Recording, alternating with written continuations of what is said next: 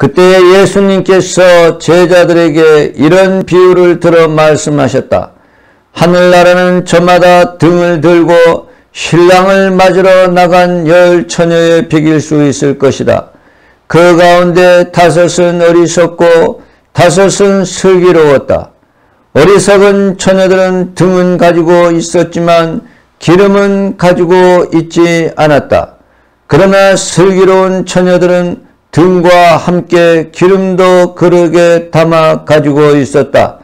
신랑이 늦어지자 처녀들은 모두 졸다가 잠이 들었다. 그런데 한밤중에 외치는 소리가 났다. 신랑이 온다. 신랑을 맞으러 나가라. 그러자 처녀들이 모두 일어나 저마다 등을 챙기는데 어리석은 처녀들이 슬기로운 처녀들에게 우리 등이 꺼져가니 너희 기름을 나누어 다오 하고 청하였다.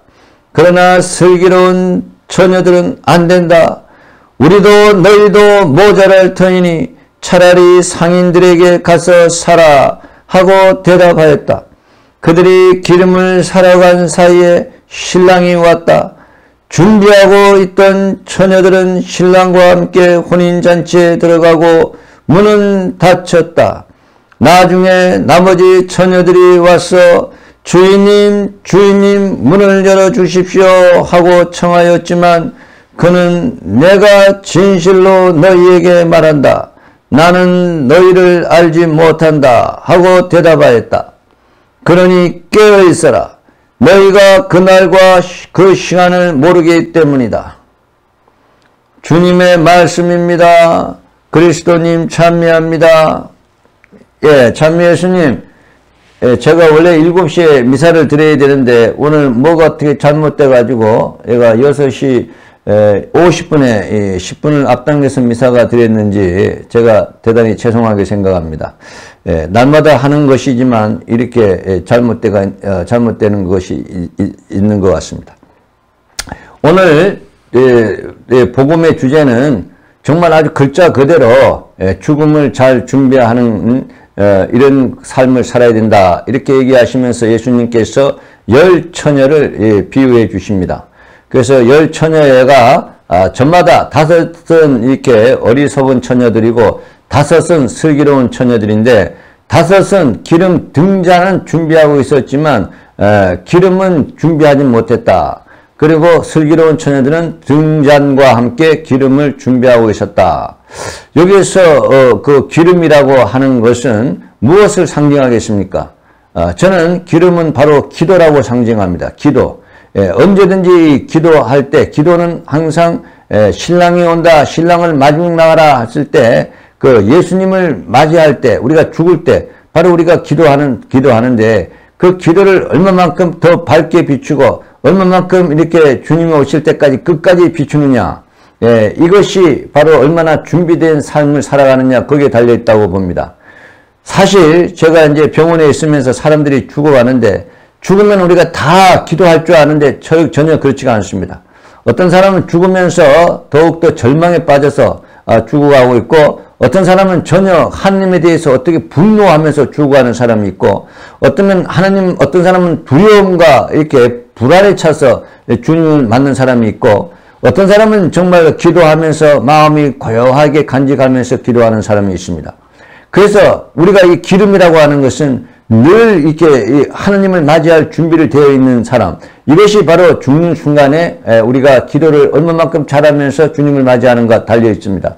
왜냐하면 우리가 언제든가 다 죽습니다. 그러니까 다 죽는데 그런데 지금부터 기도를 많이 한 사람은 우리가 죽을 때도 정말 아주 쉽게 기도를 하고 죽을 때 정말 예수님을 믿으면서 두려움 없이 예수님을 맞이할 수가 있습니다.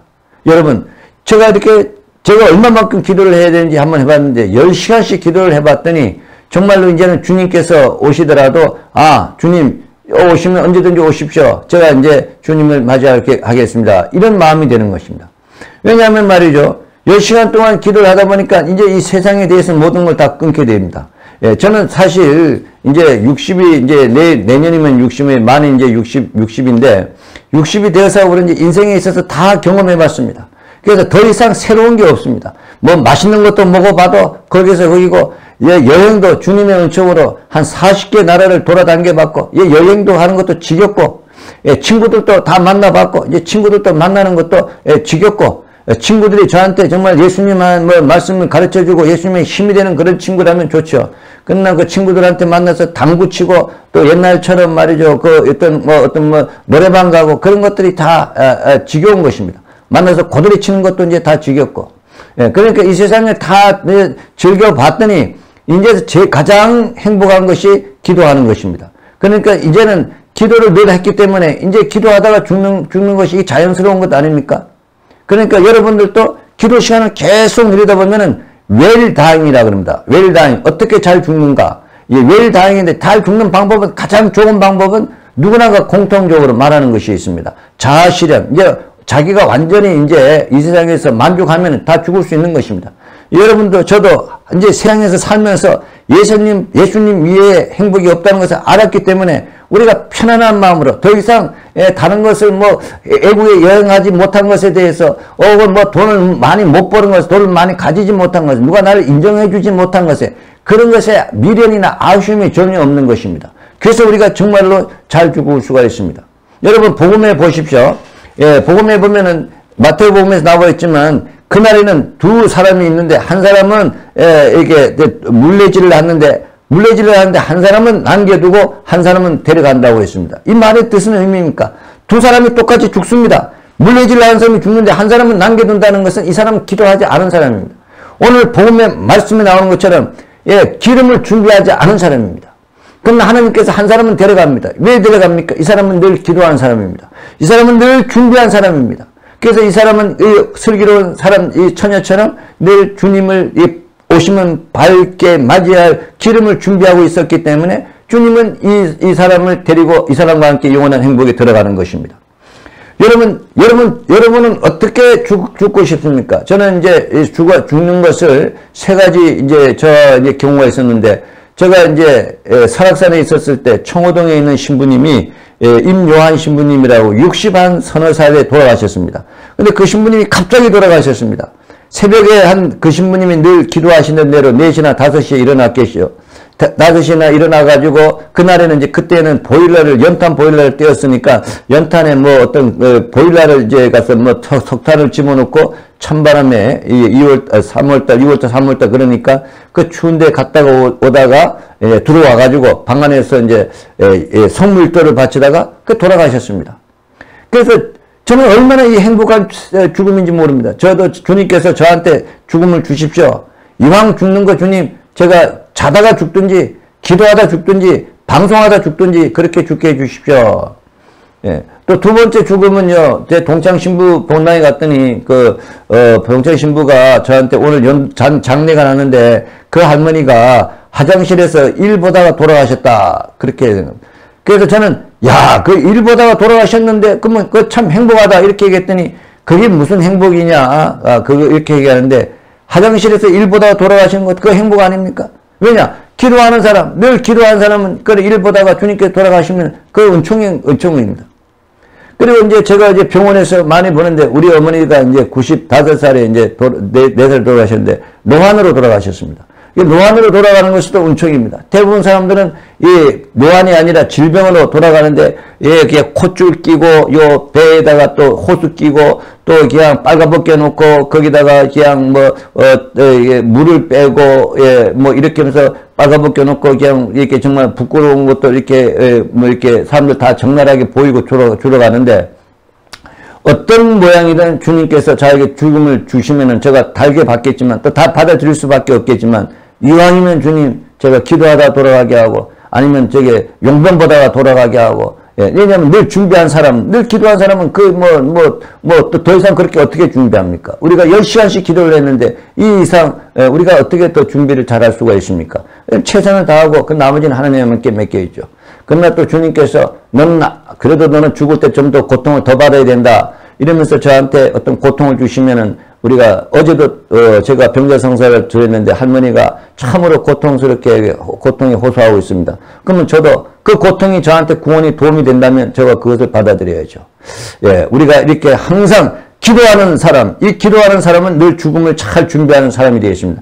근데 그 기도를 얼마만큼 해야 됩니까? 제가 말씀을 드리지만 최소한 5시간. 그렇게 하면 늘 죽음을 준비하면서 어느 정도는 살아갈 수 있다고 생각합니다. 5시간에 만족하지 않고 6시간, 7시간, 8시간, 9시간, 10시간, 11시간 이렇게 하면은 어느 때 주님께서 오시더라도 그 기도하는 그런 마음 사람에게 오기 때문에 여러분의 죽음은 또 저의 죽음은 축복의 죽음이 될 것입니다. 예. 오늘 제1독서에서 사도 바울은 이렇게 얘기합니다. 예. 우리에게는 십자가, 세례를 주라고 여러분에게 파견된 것이 아니라 복음을 전하라고 파견되었습니다. 근데 그 복음은 말재주라고 하는 것이 아니라 십자가로 통해서 예수님이 십자가의 죽음이 헛되지 않게 하라고 하십니다. 그런데 이 십자가의 일은 우리 그리스도에게는 멸망할 사람들에게는 이것이 좀 어리석은 것이고, 예? 우리가 피해야 할 것이지만 구원받을 사람에게는 이 십자가야말로 구원 하나님의 힘입니다. 구원의 힘입니다. 이렇게 얘기합니다. 예수님의 삶을 한마디로 요약한다 그러면 그것은 아버지의 뜻을 따르는 십자가의 삶이었습니다. 십자가.